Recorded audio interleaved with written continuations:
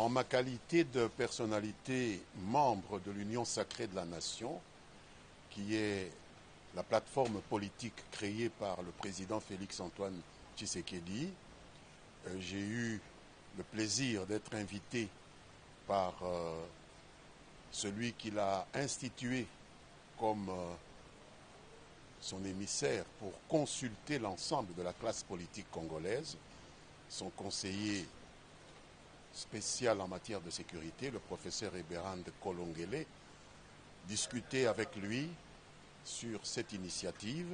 Et puisque vous voulez savoir quel sens je donne à cette initiative, je voudrais vous dire tout le bien que j'en pense, dans la mesure où nous sommes aujourd'hui un pays agressé, un pays partiellement avili dans sa partie est. Au moment où nous parlons, depuis 30 ans, les fosses communes qui ont reçu les corps de nos compatriotes en reçoivent de nouveau. D'autres Congolais qui sont en train d'être tués chaque jour, et peut-être même qu'au moment où nous parlons, il y en a qui passent de vie à trépas entre les mains de ces agresseurs rwandais. Donc le chef de l'État, qui est le garant de la sécurité et du bien-être de l'ensemble des plus de 100 millions de Congolais, avait le devoir d'appeler tous ses compatriotes à ce moment d'introspection.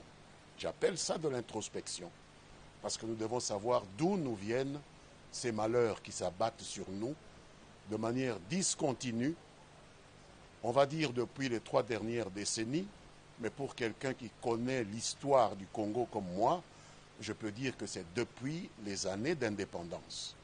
Puisque même celui que nous avions choisi comme premier ministre de ce pays et dont je suis un des élèves, Patrice Emery Lumumba, a été tué en 1960 et jusqu'à aujourd'hui, notre pays a toujours été au cœur des convoitises d'un certain nombre de vautours qui se recrutent pas seulement autour de son territoire, mais également outre-Méditerranée, outre-Atlantique.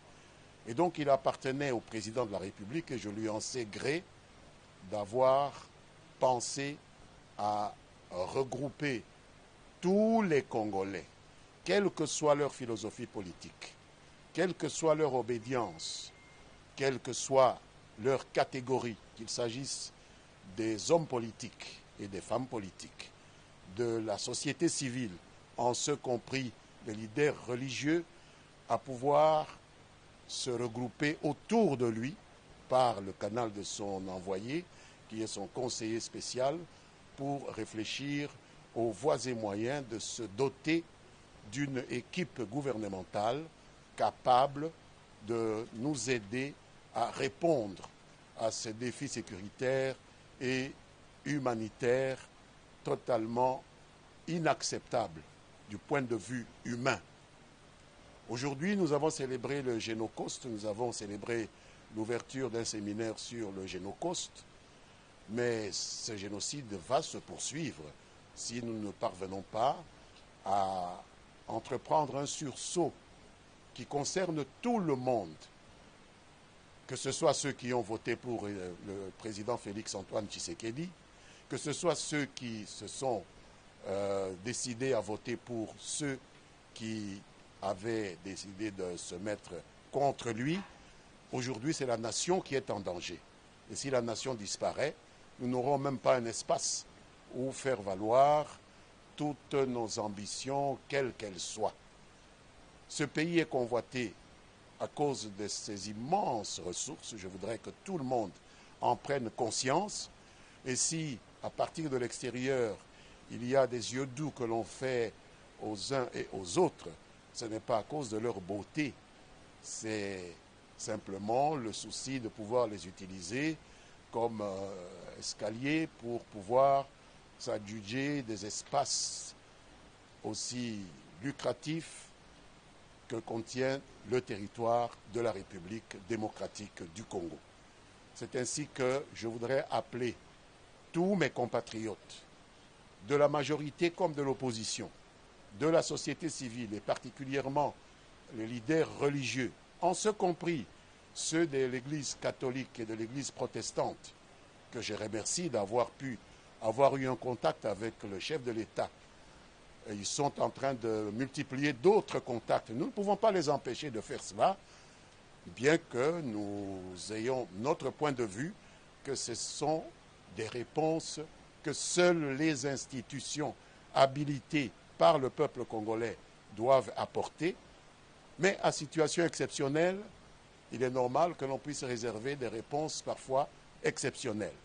Et s'agissant de ces deux confessions religieuses, j'ai été heureux d'apprendre que le représentant de sa sainteté, le pape en République démocratique du Congo, Monseigneur le nonce apostolique, a eu les mots justes pour placer la responsabilité de toutes ces confessions religieuses et particulièrement de l'Église catholique quant à la recherche des solutions à cette tragédie humainement inacceptable que notre pays est en train de traverser. Je voudrais donc, pour terminer sur cette question, engager Son Excellence, Monsieur le Président de la République, à terminer ces concertations, puisque, bien sûr, nous sommes en guerre et notre peuple n'a rendez-vous avec personne d'autre qu'avec son destin. Et le destin de notre peuple est mis en péril. Chaque jour qui passe aggrave ce péril. Je voudrais aussi engager Monsieur le conseiller spécial du président de la République à boucler cette étape de consultation. Certes, il y a quelques-uns parmi nous qui ne sont pas prêts encore à répondre pour une raison ou une autre à cet appel institutionnel qui a été lancé par le président de la République, mais je voudrais engager le président à laisser la porte ouverte, même si des réponses peuvent être apportées aux problèmes que nous avons par étapes. On peut commencer par une première étape et terminer les choses dans 3, 4, 5 mois. Comme je l'ai dit, le Congo n'a rendez-vous avec personne qu'avec lui-même et avec son destin. Voilà ce que je peux dire pour répondre à votre question.